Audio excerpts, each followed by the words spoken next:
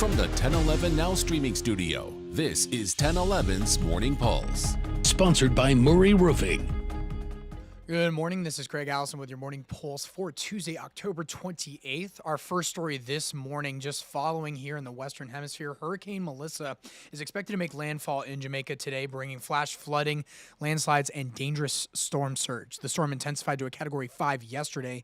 A meteorologist at the National Hurricane Center say Melissa is the strongest hurricane of the year, with wind gusts reaching 175 miles an hour. Some reports recently saying it's gotten even faster. Melissa is expected to move on to Cuba, paths in parts of Haiti and the Dominican Republic, but is not expected to have a major impact on the U.S. We'll continue to keep you updated as it develops. Second story in our crime tracker this morning, 40-year-old Hugo Zepeda of Lincoln, accused of molesting a 12-year-old girl and beating a 23-year-old pregnant woman, took a plea deal. According to court records, Zepeda pled guilty to third-degree sexual assault of a child, an attempt of a Class 3 felony, amending a charge of assault of a pregnant woman and dropping a charge of terroristic threats. Back on Christmas of last year, officers were called to a home in North Bottoms where a woman told officers the girl had gone to bed, saying Zepeda eventually laid down next to her and touched her inappropriately.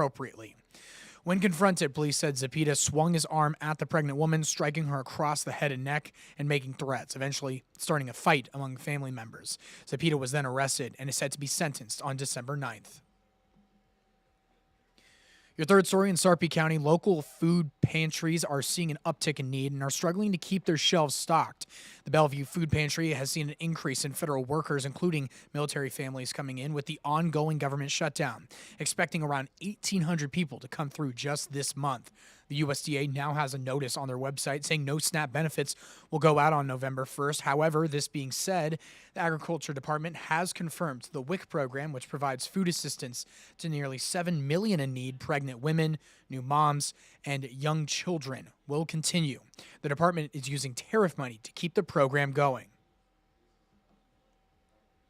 Your fourth story, the Central Nebraska Medical Reserve Corps is receiving national recognition by the National Association of County and City Health Officials for their Vulnerable Identified Population Evacuation Response, or VIPER for short. Team goes to emergency situations that have vulnerable people present, such as the elderly or pregnant women. With the equipment in their trailer, they can help those people until they can find temporary housing. And wrapping things up with your final story, the king of late night was remembered in the capital city over the weekend. Thousands of Huskers helped celebrate the 100th birthday of Nebraska alum and longtime host of The Tonight Show, Johnny Carson. Carson's family, friends, and members of the Johnny Carson Foundation were in Lincoln to see the lasting impact of Johnny's generosity to the university that he loved. So a 100th happy birthday to Johnny Carson. That's going to be your morning pulse for this Tuesday morning. We'll wrap things up with a look at your 7-day forecast. Rain chances sticking with us throughout today.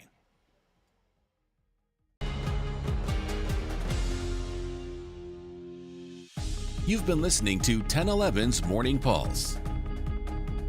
Watch, listen, stream on the 1011 Now app, on YouTube, or wherever you get your podcasts.